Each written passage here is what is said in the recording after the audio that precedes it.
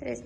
Hola, nosotros somos el equipo 3 y vamos a hablar sobre el libro de los rostros de la desigualdad educativa de la autora Marina Bermúdez Urbina. Este libro también lo vamos a relacionar con algunos otros documentos, que es el Plan Nacional de Desarrollo, el INE, la Constitución Política de los Estados Unidos y la Agenda 2030. Estudios realizados por la OCDE demuestran que el nivel de ingreso de las familias está muy relacionado con los logros educativos de estos, lo cual quiere decir que aquellos que vienen de una familia con recursos económicos altos es más probable que terminen una carrera seglar que aquellos que no tienen esos recursos. También el mismo estudio que hizo la OCDE demuestra que hay muchas exclusiones en la educación por edad, raza, género. Hay opresión hacia las mujeres, la desigualdad de género produce efectos en las formas de acceso y permanencia de las mujeres en la educación superior.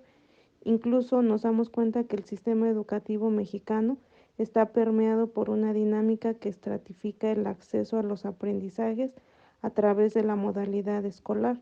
Y esto quiere decir que pues solamente aquellos que van a una escuela pública en un lugar urbanizado reciben una mejor educación que los que pertenecen a comunidades indígenas o que solo reciben ciertos cursos, no tienen el mismo rendimiento escolar ni el mismo aprendizaje que los demás niños.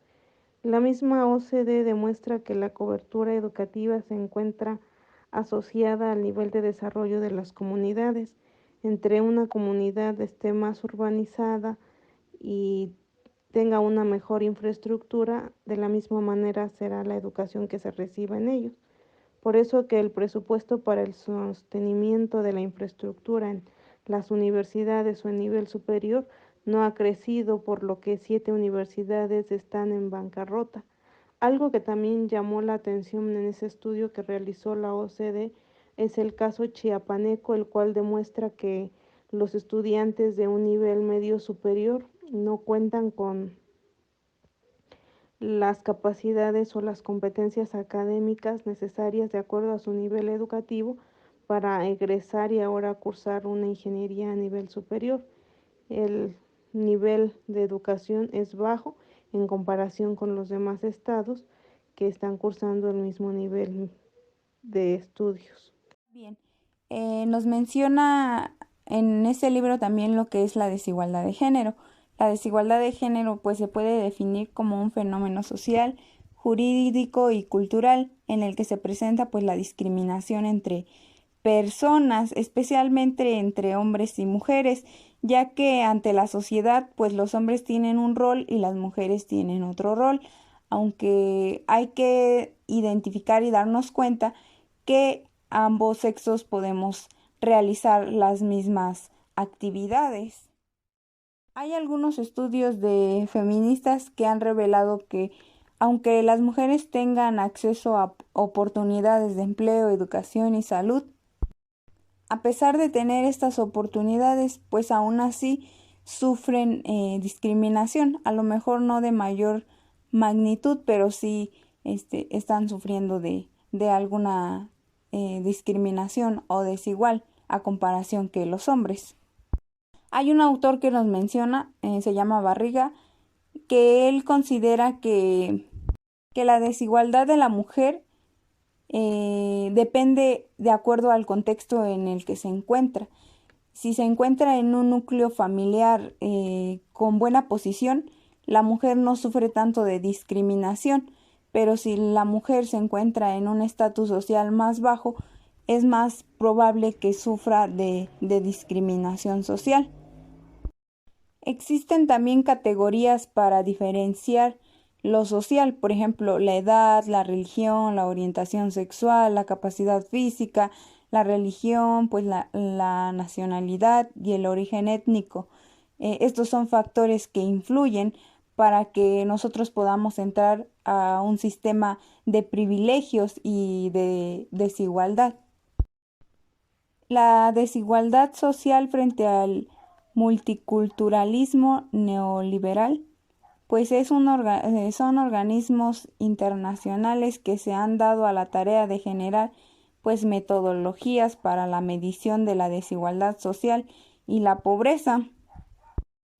La política ha influido dentro de esto y ha sido muy importante pues la política, ¿no? Dentro de la desigualdad social. También pues se ha logrado un mayor reconocimiento a las diversas formas de discriminación y exclusión. La desigualdad no ha disminuido, sino ahora se lee desde nuevas gramáticas del poder. La despolitización de las desigualdades, racismo y sexismo en la educación superior, ocultamiento del racismo, desmovilización étnica y política. Bueno, este subtema también venía en la lectura. Nos dice que pues los historiadores y los antropólogos de la educación indígena en nuestro país pues registran testimonios acerca de cómo pues los pueblos indígenas han sido educados en nuestro país. Por ejemplo, nos mencionaba que en los Altos de Chiapas algunos testigos describen cómo los niños sufrían discriminación o sufrían de maltrato por el simple hecho que ellos hablaban pues una lengua indígena y pues por no saber pues sumar, ¿no? Cuando la responsabilidad de nosotros como docentes es motivar a los alumnos para que ellos aprendan y adquieran estos conocimientos, pero pues antes no existía como los derechos hacia los niños, donde cuidáramos su bienestar de ellos y pues ellos utilizaban, en los Altos de Chiapas pues utilizaban algunos castigos que algunos niños sufrían. También en otros lugares de Chiapas también nos mencionaba que a los niños indígenas que estudiaban pues les quitaban su ropa y era quemada y eran encarcelados por hablar lenguas indígenas. Nos menciona que hay un libro que habla sobre la educación indígena pues en todo nuestro país. Los niños indígenas o los pueblos indígenas no tenían como leyes que los respaldara y los defendiera, y estas situaciones pues se dejaban que se hicieran porque pues nadie protegía a los indígenas.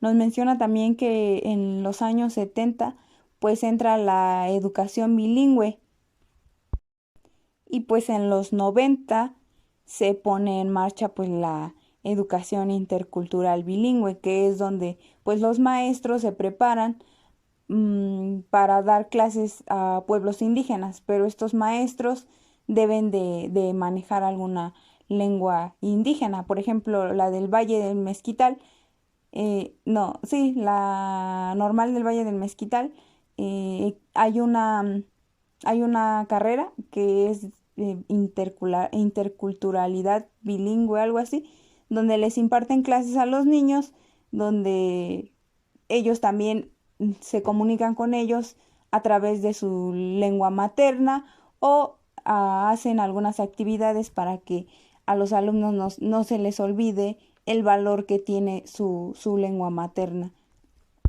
Porque, por ejemplo, yo cuando impartía clases en CONAFE, a mí como 3 niños hablaban lengua indígena y se me hacía un poco complicado comunicarme con ellos porque pues yo no tenía esa habilidad de poderme comunicar con ellos. Yo no sabía hablar ñañú, entonces me costaba un poquito de trabajo comprenderlos y entenderlos, pero no por eso los discriminaba, sino al contrario, me metí a un curso donde pues aprendí palabras básicas, entonces fue como yo me pude comunicar con ellos y entenderlos. No, a lo mejor no hablarlo, pero sí entender algunas palabras, algunas cosas básicas que ellos me querían transmitir. Y yo siempre les dije que se sintieran orgullosos por hablar esa lengua y que no les diera pena, porque a veces les daba muchísima pena expresarse ante sus compañeros porque cuando hablaban español pues no lo hablaban fluido, sino que se comían algunas palabras,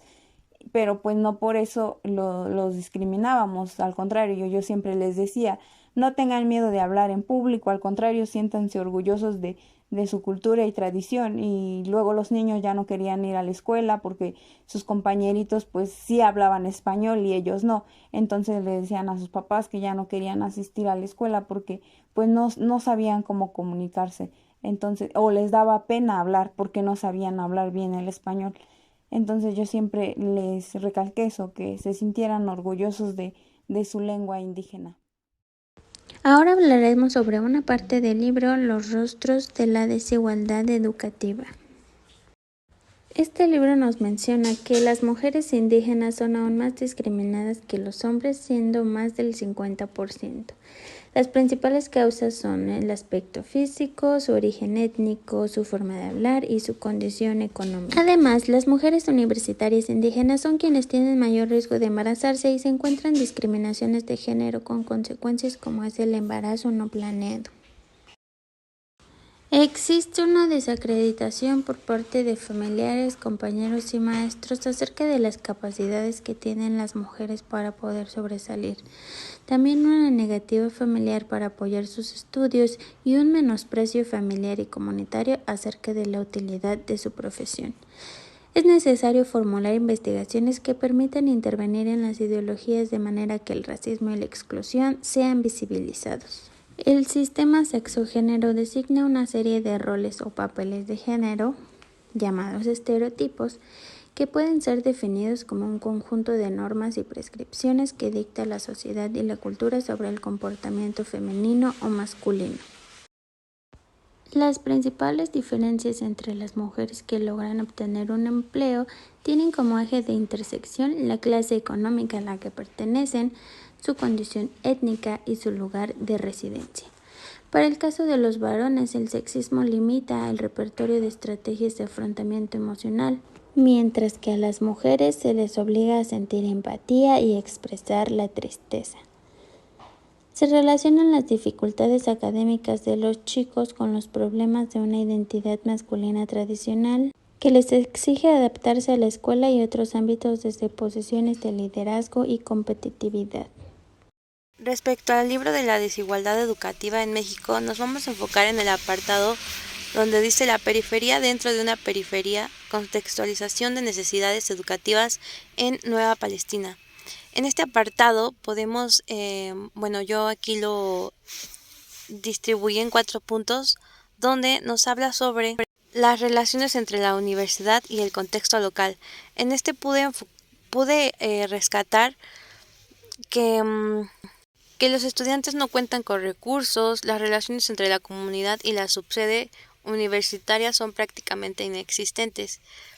¿A qué se refiere? A que carecen de muchísimos recursos, incluso para llegar a la subsede desde donde viven.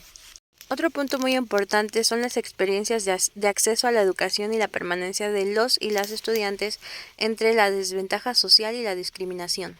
El hecho de que los estudiantes estudien o para que ellos permanezcan responde a diferentes situaciones y condiciones que van desde las instituciones contextuales hasta las familiares y las personales.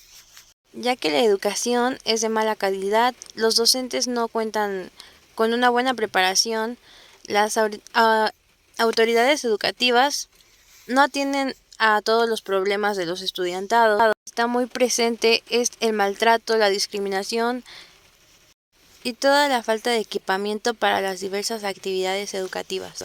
Otro punto muy importante son las desigualdades de género, edad y etnia en el acceso de permanencia de estudiantes en la subsede. Que la mayoría de las estudiantes son mujeres y el hecho de que las mujeres fueran a estudiar solo era para evitar que se embarazaran o que se casaran a corta edad. Algo que está muy presente también es el racismo y el sexismo y el hablar español. La violencia comunitaria y violencia sexual. Los estudiantes han sufrido violencia y acoso sexual al salir de la subsede después de su horario habitual. Incluso los docentes han pasado por agresiones, sobre todo en términos de acoso sexual. Este terrible problema es punto importante para que los estudiantes permanezcan en esa subsede, ya que el hostigamiento sexual está muy presente. Palenque, desarrollo urbano y crecimiento de la diversidad social. El Palenque es una ciudad intermedia localizada en la región 6 de la selva del estado.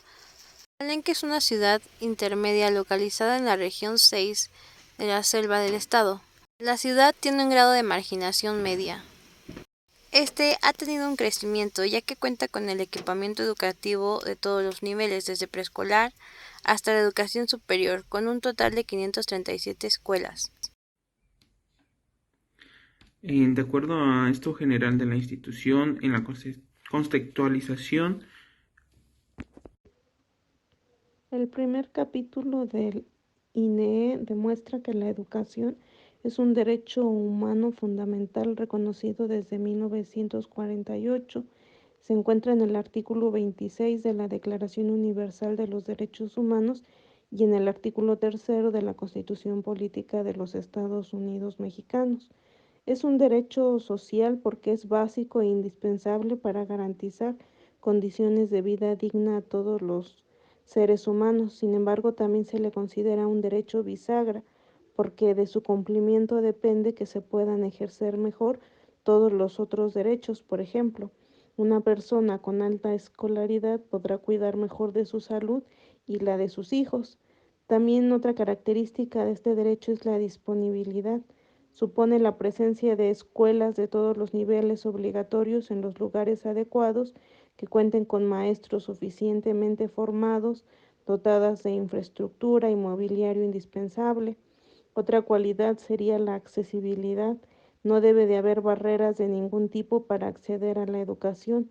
La exclusión por razas de origen, color, género, condición socioeconómica, discapacidad, lengua, religión y otras deben de quedar nulas. La otra característica sería la adaptabilidad, que es la capacidad de la escuela para adecuarse a las condiciones específicas de los alumnos y trata del significado, pertinencia y relevancia de la educación que ofrece. La aceptabilidad es un acercamiento a la dimensión de calidad de la educación desde la perspectiva de los estudiantes.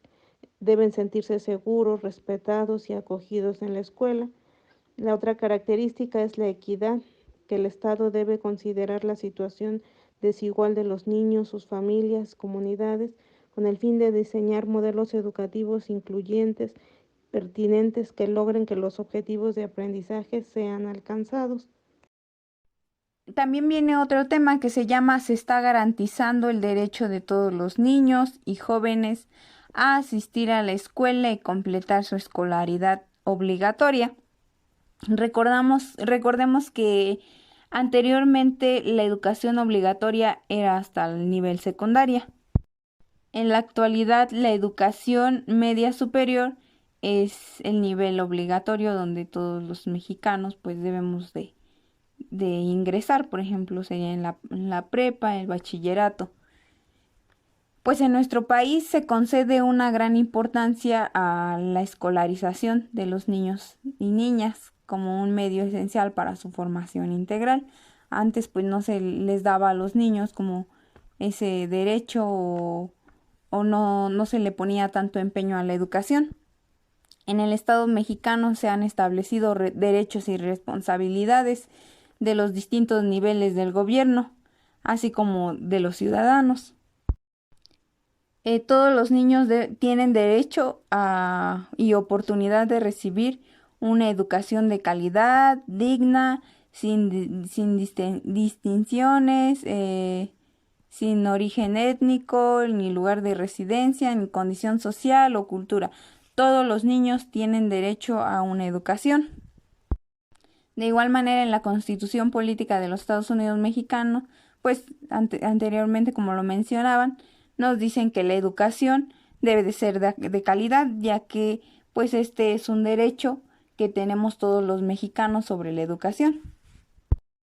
El acceso a la educación en México, pues se han establecido algunos, se han implementado algunos conceptos para la educación. Por ejemplo, la educación básica es de preescolar, primaria y secundaria. La educación media superior es de los 15, es cuando los alumnos ya entran pues al nivel preparatoria, donde ellos refuerzan los conocimientos que aprendieron en la educación básica. Y también existe en la educación superior, que nuestro país pues ha ido mejorando y ha hecho que vaya aumentando la educación a más jóvenes. Es muy importante que también los niños asistan a la escuela para que los niños puedan ejercer su derecho a la educación. No únicamente basta con que ellos asistan accedan a la escuela, sino que deben de asistir regularmente y permanezcan en ella. La asistencia escolar de los niños de 12 a 14 años y la de los de 15 a 17 años pues ha aumentado.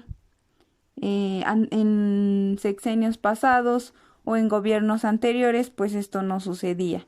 Los niños tenían que ir a trabajar o hacer otras labores en los hogares y no se les daba importancia a los niños que quedaban fuera de la educación. En la actualidad pues es un derecho y es obligación que los niños asistan a tomar sus clases que se les imparten.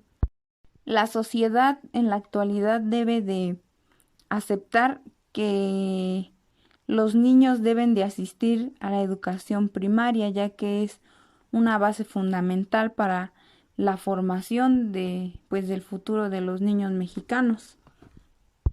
En el país ha ido aumentando la educación, pero existen lugares rurales o indígenas donde pues la educación no llega hasta esos lugares. Entonces, a pesar de eso, hay lugares donde, a pesar de que no cuenten con instalaciones de una escuela o un lugar donde se les puedan impartir clases, pues aún así los niños los padres de familia que realmente les interesa la educación de sus hijos, pues los mandan a lugares o a escuelitas o ya sea abajo de un arbolito o en una casita o no sé, asignan un lugar donde los niños puedan tomar clases. A lo mejor no la Secretaría de Educación Pública no brinda todos los recursos necesarios, pero existen otros programas que hacen que la educación llegue hasta los lugares más lejanos. Por ejemplo, CONAFE. CONAFE es una institución descentralizada de la SEP, donde esta institución pues manda a jóvenes que tengan entre 15 a 28 años, 29 años aproximadamente, para que ellos vayan e impartan clases a los niños de las comunidades más alejadas e indígenas, donde la Secretaría de Educación Pública pues no llega. Por ejemplo, cuando existen a partir de 4 niños se abre un CONAFE. Cuando ya va disminuyendo la matrícula de niños, se cierran estos programas y pues la SEP no hace nada para que estos niños reciban educación. Me tocó ver en la sierra que estaba una secundaria. En esa secundaria pues únicamente habían seis alumnos. Esos 6 alumnos salieron 3 y pues entraron otros 3. Se cerró el programa de CONAFE y la SEP no hizo nada tampoco para que ese programa pues no se cerrara, o incluso la SEP no mandó ningún maestro ni nada. Entonces los niños se quedaron sin educación porque la secundaria que estaba ahí pues era la única en donde ellos podían tomar clases. Entonces se cerró ese programa y se cerró esa escuela y ya los niños pues ya no les pudieron impartir su derecho, que es la educación. Entonces pues ya se quedaron así los niños sin estudiar ni nada y pues nadie pudo hacer nada porque únicamente quedaban 3 niños y a esos 3 niños pues se les negó el derecho de la educación. Entonces pues ya sus padres buscaron otra manera para que ellos pues pudieran tener su educación. Bueno, de 2 porque de 1 pues él sí de plano ya no continuó con su derecho. que era la educación. Entonces, la SEP debe de buscar. Ahora, relacionándolo con el Instituto Nacional para la Evaluación de la Educación, el capítulo 3 nos habla sobre si se está garantizando a las escuelas las condiciones necesarias para impartir una educación de calidad. Es importante mencionar que todo individuo tiene derecho a tener una educación de calidad que propicie la adquisición de conocimientos, habilidades, valores y capacidades. El Estado debe de garantizar que todas cuenten con lo necesario. En esta tabla se presentan datos sobre la cantidad de escuelas en los distintos niveles y modalidades en los que se ofrece la educación, obligatoria, según su tamaño y el nivel de marginación que atienden, como lo es el tamaño y la organización del sistema escolarizado de educación obligatoria. En esta, el sector privado se hace cargo de una proporción considerable de planteles, así como también las condiciones de infraestructura y el equipamiento en las escuelas, ya que es un punto muy importante. Pero no todas los ocupan para lo que está destinado. Otro punto son las condiciones organizativas y pedagógicas de las escuelas, composición de la estructura ocupacional. Es el trabajo colaborativo, ya que es un aspecto fundamental para fortalecer la gestión pedagógica en las escuelas, con el fin de desarrollar estrategias integrales de apoyo a los procesos de enseñanza y aprendizaje. Y por último, el clima escolar. El trato debe ser interpersonal y el manejo de la disciplina en las escuelas son temas poco abordados pero importantes para valorar el cumplimiento de derecho a una educación de calidad. En el capítulo número 4 del INE, titulado ¿Se están garantizando a todos los niños y jóvenes el derecho a aprender?, nos menciona que el INE se encarga de evaluar los logros escolares aplicando diversas pruebas como Scale a alumnos de tercero de preescolar, tercero y sexto de primaria y tercero de secundaria, así como la prueba PISA a jóvenes de 15 años. En el nivel preescolar, más del 90% logra el nivel básico de lenguaje y pensamiento matemático. Sin embargo, son menores los logros de escuelas rurales y comunitarias. En primaria de tercer grado, 80% de niños alcanzan nivel básico de español y solo el 75% para escuelas rurales y comunitarias, y la mitad de escuelas indígenas, el 68%, alcanzan nivel básico en matemáticas. Con respecto al sexto grado de primaria, solo el 86% alcanza nivel básico en español, 35% en comunitarios y 44% en indígenas, 88% en matemáticas, 38% para escuelas CONAFE o indígenas. En el nivel de secundaria, 77% logran nivel básico en español, 68% para telesecundarias. En matemáticas, 2 de cada 3 alcanzan nivel básico. En telesecundarias, solo 2 de cada 5. Jóvenes de 15 años, 67.3% de la población está estudiando. Menos de la mitad alcanza nivel en matemáticas, 3 de cada 5 en lectura y 53% en ciencias. Colegios privados con mayores resultados ante públicos. Es así como se da cuenta de la relación entre las condiciones socioeconómicas y escolares de los distintos grupos de estudiantes y su logro escolar. Bueno, en el capítulo 1 de la INE se evidencian muchas muestras que se relacionan con la educación. Esto se contribuye en las personas, ya que ellos exigen sus derechos para que usen una mayor salud, tengan aquella participación ciudadana y que todo sea responsable para que logren un empleo o que sea productivo. En el país de México, ha llegado a varios términos que se han relacionado con la escolarización, ya que ha tenido cierto avance, pero sí ha tenido ese ritmo más que nada para estar aumentando el promedio sobre la escolaridad durante cierto tiempo. Esto se relaciona entre salud y la escolarización. Por ejemplo, hay personas que se dedican cierto tiempo al trabajo, al ejercicio físico y posteriormente se dedican al estudiar. Para esto tiene como significado en cierta población o cierto porcentaje, ya que se relaciona con los ciudadanos y esto hace que se concluya más que nada la escolaridad a nivel medio superior o en todos los niveles. Esto se hace de acuerdo a todos los adolescentes, a los adultos y a toda la sociedad. La Agenda 2030 se relaciona con la educación de calidad. En esta pantalla se muestran 17 objetivos, 17 puntos que se deben realizar más que nada en un mejoramiento para el 2030. Estos problemas se relacionan con la educación, con la escolaridad, con la infraestructura y con el comportamiento y necesidades de los alumnos que muestran durante su vida escolar. El primero es fin de la pobreza. El segundo es sustentable. El tercero es salud y el bienestar.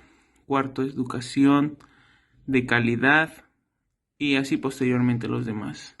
Más que nada esto se relaciona con los alumnos que presentan aquellos problemas durante su ambiente escolar. Por ejemplo, fin de la pobreza. Más que nada se buscan aquellos recursos, aquellas facilidades, aquellos apoyos, por ejemplo las becas del bienestar. Más que nada apoyar a todos los alumnos para obtener buenos resultados y buenas acciones y estar constantemente estudiando en nivel superior, nivel medio superior o secundaria primaria. Otro de ellos es la salud. Ese es un principal requisito, principal objetivo que deben tener todos para estar constantemente estudiando. Igualdad de género, todos tienen la misma posibilidad de desarrollar sus acciones y sus habilidades mediante el estudio. Otro es la sociedad, que deben tener la acción de clima, vida subsahariana.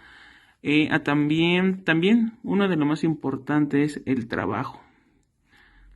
Deben socializar, deben tener aquel orden para obtener el trabajo y así también estar estudiando sobre la carrera que ellos están eligiendo. Y bueno, esta Agenda 2030 se tiene como pronóstico o propósito darle aquel seguimiento, aquel mejoramiento en estos 17 puntos. Ahora hablaremos del artículo número 4 de la Constitución Política de los Estados Unidos Mexicanos. A grandes rasgos, el artículo número 4 menciona que la mujer y el hombre son iguales ante la ley, además de que toda persona tiene derecho a decidir sobre el número y el esparcimiento de sus hijos. Toda persona tiene derecho a la alimentación nutritiva, suficiente y de calidad. Derecho a la protección de la salud, a un medio ambiente sano para su desarrollo y bienestar, al acceso, disposición y saneamiento de agua para consumo personal y doméstico, derecho a disfrutar de vivienda digna y decorosa. Además, toda persona tiene derecho a la identidad y a ser registrado de manera inmediata a su nacimiento, al acceso a la cultura y el disfrute de los bienes y servicios que presta el Estado en la materia. Y por último, es importante que los tutores y custodios tengan la obligación de preservar y exigir el cumplimiento de estos derechos y principios. Ahora vamos a mencionar el Plan Nacional. Construir un país con bienestar. El objetivo más importante del gobierno de la Cuarta Transformación es que en el 2024 la población de México esté viviendo en un entorno de bienestar. En la crisis económica de 1973, los grandes capitales y sus ideólogos, los economistas neoliberales, vieron la oportunidad de desmantelar en provecho propio los mecanismos de redistribución, como los derechos laborales, los sistemas de enseñanza y salud y todo lo que fuera de propiedad pública.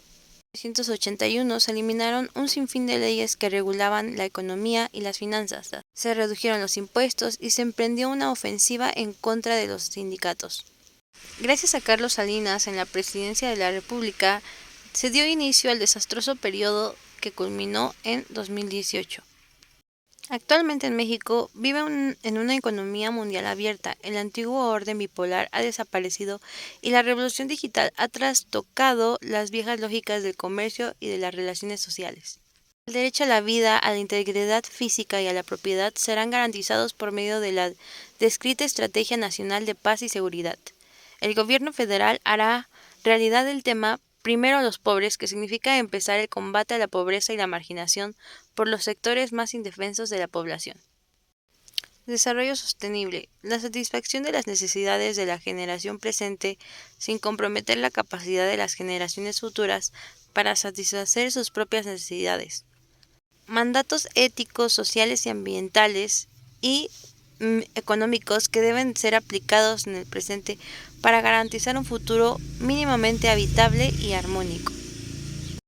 En el sexenio actual del presidente Andrés Manuel López Obrador se abrieron algunos programas sociales que se les brinda a todos los mexicanos, ya sean pobres o pues tengan un recurso estable. Este apoyo pues no se les niega a ningún mexicano siempre y cuando tenga la nacionalidad mexicana y los requisitos pues necesarios para poderles brindar estos apoyos. Por ejemplo, está el programa para el bienestar de las personas adultas mayores. Pues este apoyo es universal, se le da a mujeres y a hombres que cuenten con la edad de 65 años. Este apoyo pues se da en todo el país. La mayor parte de las personas que reciben este apoyo pues son de recursos bajos. Este es un apoyo que garantiza pues a las personas que tengan una vejez digna y plena. También existe el programa de pensión para el bienestar para las personas con discapacidad. Este apoyo pues se divide en dos ámbitos, bueno, en dos partes. El apoyo que se les brinda de 0 a los 29 años o de 0 a los 64 años, que son personas con alguna discapacidad, ya sea que no caminan, no ven, no tienen alguna parte de su cuerpo. Este apoyo pues se les brinda a estas personas, especialmente a las personas que se encuentran en mayor situación de pobreza. El programa nacional de becas para el bienestar Benito Juárez pues está dirigido para niños, jóvenes menores de 18 años, pues cuyos hogares se encuentran pues en situación de pobreza extrema y que estudien en una escuela privada, en una escuela pública, perdón. Y esta educación pues se da desde la inicial hasta la educación superior. Antes únicamente se les daba apoyo en sexenios anteriores hasta educación media superior, pero solamente a unos cuantos. En la actualidad no, en la actualidad pues se les brinda a todas las personas que cuenten con los requisitos y pues estudien en una escuela pública. También existe el programa de Jóvenes Construyendo el Futuro, que tiene como propósito que los jóvenes de entre 18 y 29 años de edad que no se encuentren ni estudiando ni trabajando, o sea, los ninis, pues a estas personas se les da una capacitación laboral donde ellos reciben un apoyo económico para que puedan pues desarrollar ciertas habilidades. Aunque este programa no está al 100% bien definido o no saben cuáles son sus objetivos o no lo tienen bien planteado, creo que es un apoyo que no se les debería, bueno, en mi caso yo digo que no se les debería de pues proporcionar, ¿no? Porque pues no se está llevando a cabo este programa como debe de ser, porque conozco a personas que tienen este apoyo y pues no lo están aprovechando, no lo están aprovechando como es, sino que lo están haciendo beneficio personal. O sea, todo el dinero que ganan pues es personal. Meten empresas fantasmas o hacen alguna otra cosa para poder manejar este proyecto a su conveniencia, y pues creo que este programa pues no está bien estructurado ni definido, y este apoyo se le debería de dar a otras personas que sí realmente, o meterse a otros proyectos que en donde realmente se utilice bien este dinero. También existe el de Jóvenes Escribiendo el Futuro, que este es un programa nacional dirigido a todos los jóvenes que estén inscritos en algún centro de educación. en modalidad escolarizada, que tengan pues menos de 29 años y no reciben alguna otra beca federal y viven en un hogar en situación de pobreza. Por ejemplo, este se brinda a los jóvenes que estudian en las escuelas, en las universidades Benito Juárez para el bienestar. Y también existe el programa Sembrando Vida, pues este programa está dirigido a los jóvenes, a los sujetos a las personas que están involucrados en la agronomía para impulsar pues su participación en el desarrollo rural integral. Este apoyo cubre algunos estados, por ejemplo, Campeche, Chiapas, Chihuahua, Colima, Durango, Guerrero, Hidalgo, Michoacán, Morelos, Oaxaca, Puebla, entre otros estados. Pues más que nada es un programa donde ayuda a estos estados a impulsar sus sembradíos o la agricultura, más que nada. También está el Programa Nacional de Reconstrucción.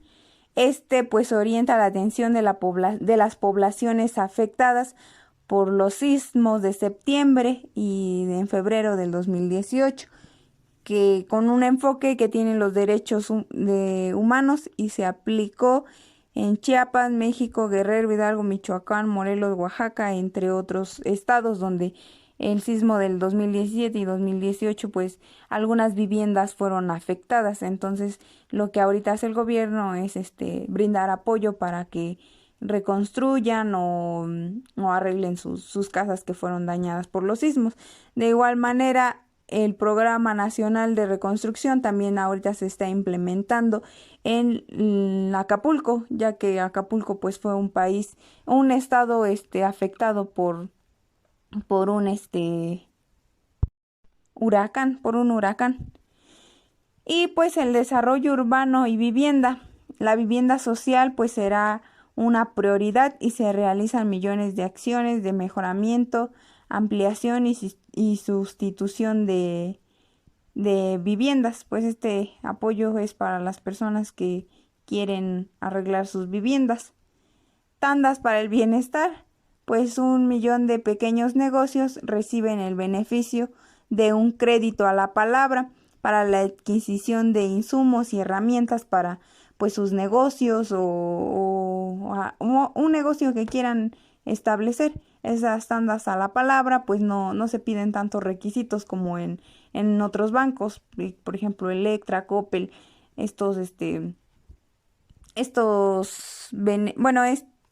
este programa pues es más que nada para impulsar negocios de las comunidades, especialmente se les brinda a las personas con bajos recursos y pues como les digo, no requieren de mucho papeleo, sino son a la palabra.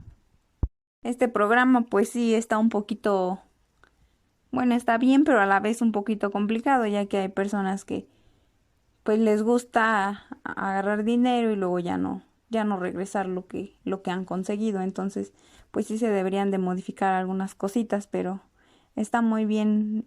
Estos programas están bien, pero se deben de plantear de mejor manera para pues llevar un control. El Plan Nacional de Desarrollo demuestra que en el periodo neoliberal el sistema de educación pública fue devastado. Se pretendió acabar con la gratuidad de la educación superior que está fuera de manera privada. Hubo degradación en la calidad de la enseñanza en los niveles básicos, medio y medio superior, y en la exclusión de cientos de miles de universidades que no aceptaban a varios alumnos. Sin embargo, el gobierno federal se comprometió desde un inicio a mejorar las condiciones materiales de las escuelas del país y a garantizar el acceso. Y desde entonces pues se han creado varias universidades para el bienestar llamadas Benito Juárez García, que iniciaron en marzo del 2019 con 100 planteles en 31 entidades. En Oaxaca hay 11 planteles, en la Ciudad de México 10 planteles, en Veracruz 8 planteles, Chiapas y Guanajuato cuentan con 6 y las demás entidades tienen entre 2 y 5 escuelas.